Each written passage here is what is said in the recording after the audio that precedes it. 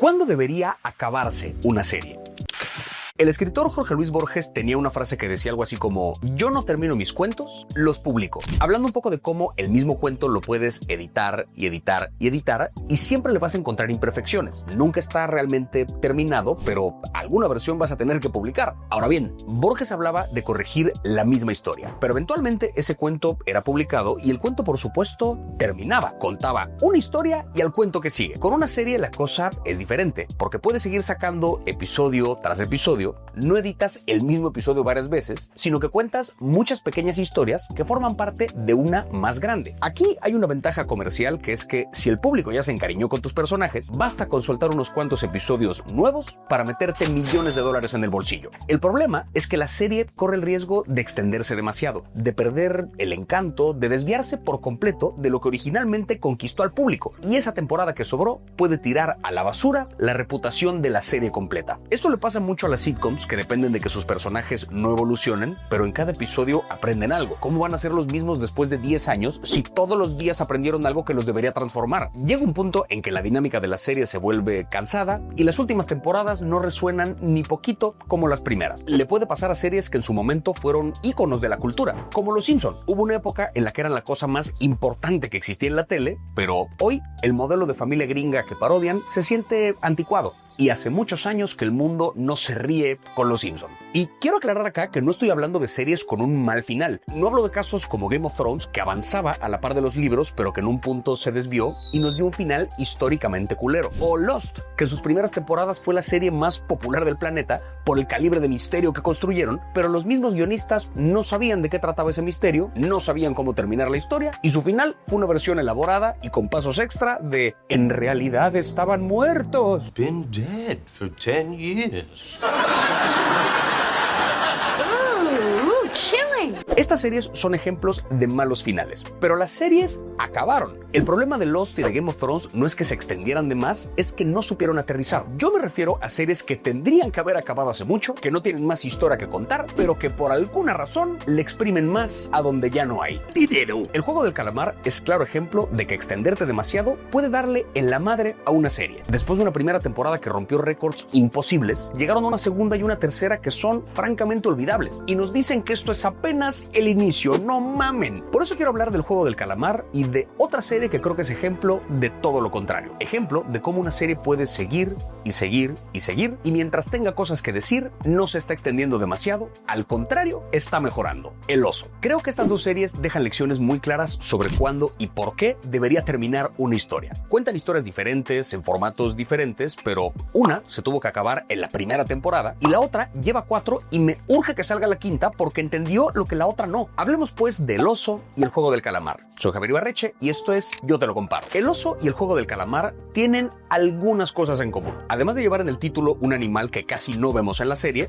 en ambas hay personajes que cargan un trauma tras haber sido testigos de un episodio violento. En ambas hay un elemento de desesperación ante un sistema económico que parece traerla contra los protagonistas, y ambas arrancan con un personaje motivado por un trauma familiar: la autodesvivida del hermano, el perder a su hija en el divorcio. Trauma familiar, violencia, desesperación. Estos temas a lo mejor suenan muy abstractos, son demasiado generales, pero esto es porque resuenan mucho con lo humano. Son temas que muchas historias atienden. La diferencia entre estas series es hacia dónde llevaron estos temas, y ahí es donde se refleja la primera razón para continuar o no una historia, si genuinamente hay más cosas que decir. El Juego del Calamar cuenta la historia de un tipo llamado Ji-Hoon, adicto al juego que se quedó sin dinero y le debe a medio mundo. Y un extraño le ofrece la oportunidad de participar en unos juegos en los que podría salir con dinero suficiente para no tener que volver a trabajar jamás. Ji-Hoon acepta la invitación y una vez dentro descubre que quien pierde en estos juegos muere. De milagro sobrevive al primero, los jugadores votan por salir de esta pesadilla, vuelven a sus vidas, pero pronto descubren que allá afuera están igual o peor que en los juegos,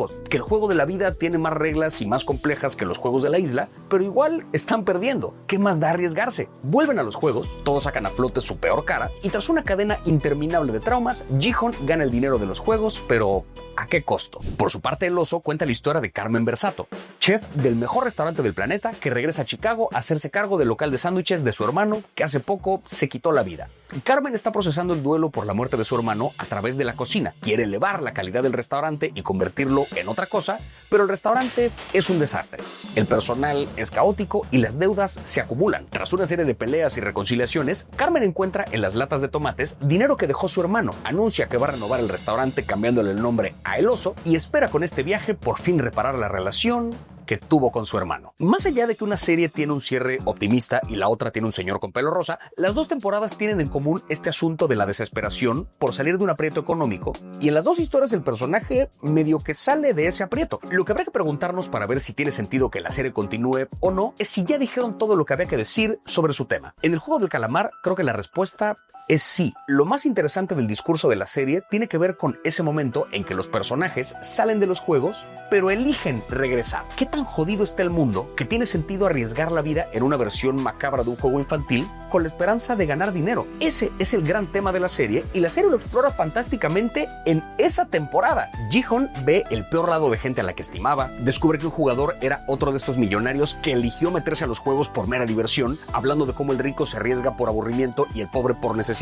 porque ese es el mundo en el que vivimos, y a la par vemos juegos que como recurso dramático son divertidos de a madres. Esa temporada ya nos dijo lo que había que decir, pero eligen continuar la historia con una segunda temporada en que Ji-Hoon pretende enfrentar al sistema que organiza los juegos y llega de nuevo a los juegos pero sin un plan real, y esto es nada más para que veamos más juegos que si la historia de Ji-Hoon tuviera sentido ya no tendríamos que ver, y al final hay de dos: o Ji-Hoon logra acabar con los juegos, traicionando el discurso sobre el cruel e invencible sistema que nos dieron en la primera temporada, o no logra acabar con los juegos, en cuyo caso la serie no dijo nada nuevo. Y eso fue lo que pasó. Por mucho que el final de la primera temporada fuera abierto, la serie dijo lo que tenía que decir en una temporada. La serie se extendió de más y se notó. Era una crítica contra un sistema que ya nos habían dibujado a través de estos juegos. Prácticamente todo lo que ocurre en estas dos nuevas temporadas sobraba. En cambio, El Oso pasó por un proceso diferente. La primera temporada también tiene un final abierto, un final en el que prometen una continuación a la historia, que es: vamos a cerrar el restaurante para hacer uno nuevo. No es lo mismo mantener a flote un local de sándwiches que diseñar desde cero un restaurante que aspira a tener una estrella. Hay una especie de borrón y cuenta nueva que tiene sentido en El Oso,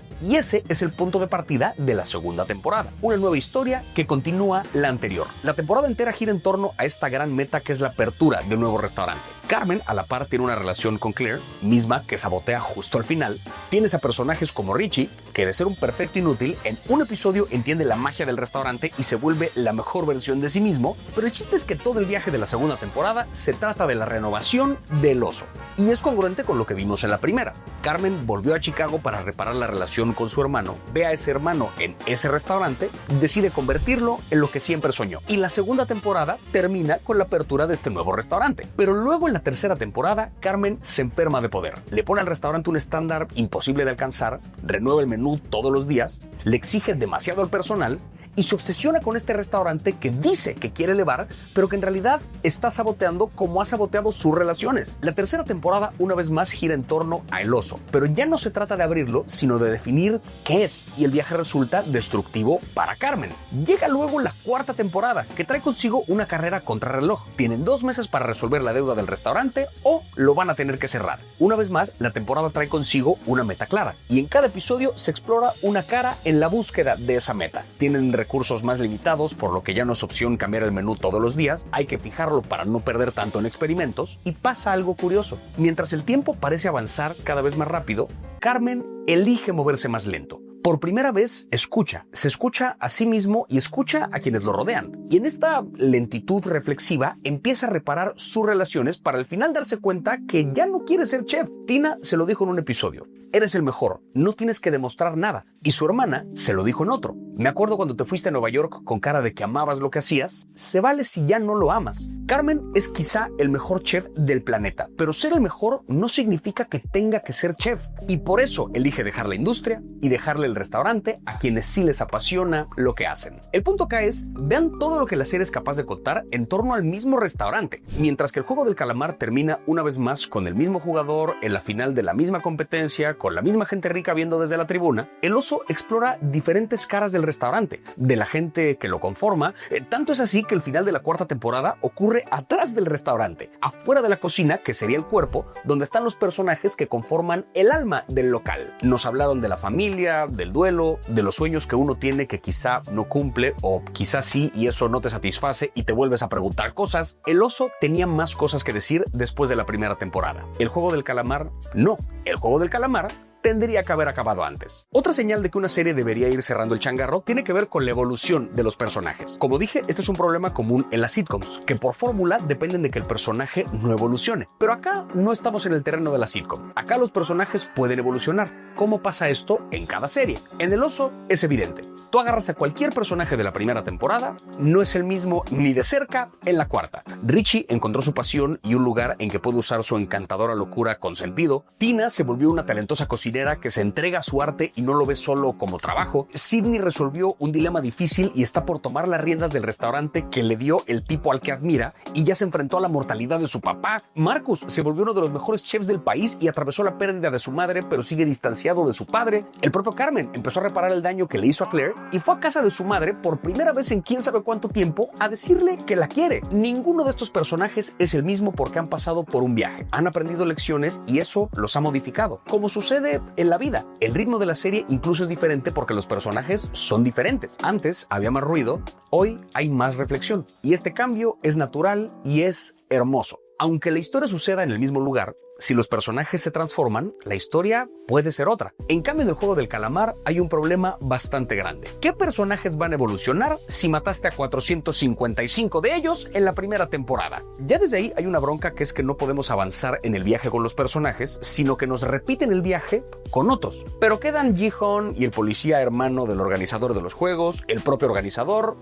Al organizador lo conocimos poco en la primera temporada, su verdadero desarrollo ocurre en la 2 y en la 3. Pero es un desarrollo superficial que más bien le sirve de espejo a Ji-Hoon, como cuando deciden diferente ante la misma situación de poder desvivir a otros jugadores mientras duermen. Ji-Hoon no lo hace, el organizador sí lo hizo cuando jugó. Y sirve también como motor dramático del policía que empezó este pedo buscando a su hermano. Ese personaje del policía resultó un perfecto inútil. Pasa 2 temporadas buscando la isla en la que está Ji-Hoon y la encuentra cuando ya no sirve de nada. Y el propio Ji-Hoon, el único personaje que medio evoluciona, también se queda corto. En la primera temporada gana los juegos. En la última se sacrifica para que sobreviva un bebé que llega a la serie medio de gratis. Y ya, eso es todo en cuanto a evolución. Mientras que el oso aprovecha el restaurante como medio para contarnos la historia de personajes complejos, el juego del calamar en realidad no se trataba de los personajes, sino del sistema, del propio juego. Era una crítica visceral a las injusticias del sistema. Esa crítica se hizo en la primera temporada.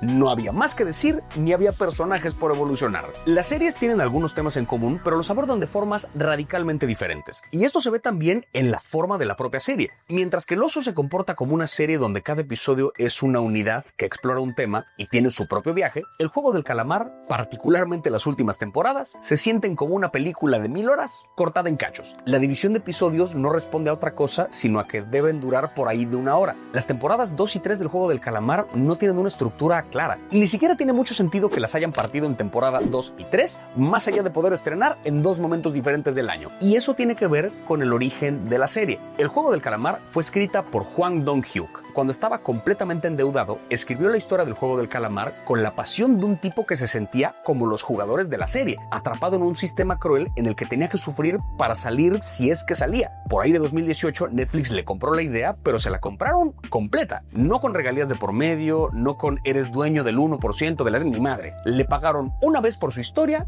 y ya, lo que le pagaron a este güey es nada comparado con lo que Netflix ganó de la serie. Porque en 2021, con esa primera temporada, a la plataforma llegaron millones de suscriptores nuevos y la empresa ganó casi $1,000 millones de valor en el mercado. Muy irónico que la serie sobre la explotación de la élite sobre gente endeudada terminara con una empresa gigantesca explotando a un escritor endeudado. El punto acá es que esa primera temporada, que tomó muchos años en desarrollarse, no solo es divertida, sino que va cargada de esta cosa visceral que no se puede fingir, y es la desesperación real del tipo que la escribió. Es sangrienta, tiene tripa, está viva y es extraordinaria. Pero le fue tan bien que Netflix dijo, hay que hacer más, ya. Hwang Dong-hyuk tenía la opción de subirse al barco o la iban a hacer sin él. Se sumó a la producción, pero tuvo que sacar en menos de la mitad del tiempo 2 temporadas de televisión que de algún modo continuaran con esta historia que en muchos sentidos ya había terminado. El Oso, en cambio, contrario a muchas series de la era del streaming, ha sido absolutamente constante en su producción. Primera temporada en 2022, la 2 en 2023, la 3 en 2024 y la 4 en 2025. No me acuerdo cuándo fue la última vez que una serie sacó una temporada al año y no se tardó 3 años en sacar episodio y medio. How the fuck do you write so many books so fast? Esto tiene que ver con muchas cosas, pero entre ellas que la historia tiene cosas que contar y la serie lo que hace es aprovechar el momentum que generó para seguir sumando espectadores. Está cabrón que en menos años El Oso ya tiene más temporadas que El Juego del Calamar y se siente que da para más todavía, y se establece otra diferencia clave. El Oso da la sensación de una historia que sigue avanzando. El Juego del Calamar da la sensación de un reboot, un remake, pero con otros juegos, pero con algunos de los mismos personajes, un refrito. Es Netflix diciendo, gracias, me gusta el dinero. La televisión es un medio muy particular. Que una serie pueda seguir sacando temporadas depende de cuánta gente la vio. A lo mejor es muy buena, pero tuvo poca audiencia, entonces la cancelan antes de concluir la historia. A veces le va increíble, entonces en lugar de cerrarla, la siguen renovando para exprimirle más dinero. Pero es interesante que la historia puede evolucionar con los años y de la mano del público. Pienso en esta frase de Borges, en esta idea de que un cuento puede ser editado hasta la infinidad. Las series te permiten editar la historia mientras la sigues publicando. Sale una temporada, le encuentras las fallas, haces una nueva con otra historia y aprovechas para corregir, para darle más o menos de cierto personaje, para encontrar la receta correcta. Muchas series encuentran su verdadera voz pasadas 1 o 2 temporadas. Su mejor versión llega años después del estreno, pero a veces el panorama es muy claro y la serie tendría que haber acabado antes. Esto es muy fácil decirlo desde afuera y sobre todo es fácil decirlo una vez que ya salió esa temporada que sobra. Yo no sé si en la quinta de El Oso la cosa se va a descarrilar trágicamente y voy a regresar a reírme de este video. Ni sé tampoco si las 1000 versiones que se vienen del Juego del Calamar van a ser terribles o quizá nos dicen algo nuevo. Eso no va a pasar. Pero me da vueltas esta pregunta de cuándo debería acabar una serie. Hay un dicho que ni sé si es dicho, pero me gustó la frase que dice: hacen falta 3 pasadas para saber que te podías limpiar el culo con 2. Es de una sabiduría profunda. Quizá eso aplica con la televisión. Hacen falta 3 temporadas para saber que la serie estaba mejor cerrando con 2. Y debe ser difícil resistir esa tentación. Acabaste la serie, la gente amó el final, quizá una temporada más todavía sea bien recibida. Es una apuesta arriesgada, pero ¿y si paga? Lo único que sé es que El Juego del Calamar se convirtió en otra serie de esa larga lista de las que debieron acabar antes. Y El Oso va en camino a convertirse en una de las grandes series de la historia si saben aterrizarla a tiempo. Sé cómo responder esta pregunta con estas 2 series, pero no sé si la podré responder para cualquier serie. Tampoco sé cuándo debería acabar un video como este. Quizá la clave está en concluir casi todos los puntos de la trama, pero dejar un algo abierto para que el espectador se quede con ganas de más. Quizá la clave es justamente... Gracias por ver un video más de Yo Te Lo Comparo. Como siempre, canal, suscripción, like, notificaciones, comentarios, en fin. Pero en este tema de series que terminaron después de tiempo, que tendrían que haber acabado antes, a veces pasa lo contrario. A veces una serie es cancelada antes de tiempo y qué perro coraje, pero tengo un video al respecto. Silent Hill y Mindhunter. 2 historias que terminaron antes siquiera de poder arrancar su verdadera forma y quizá eso les convino. Pasen a ver este video o cualquier otro del canal de Yo Te Lo Comparo. Yo me voy a cocinar.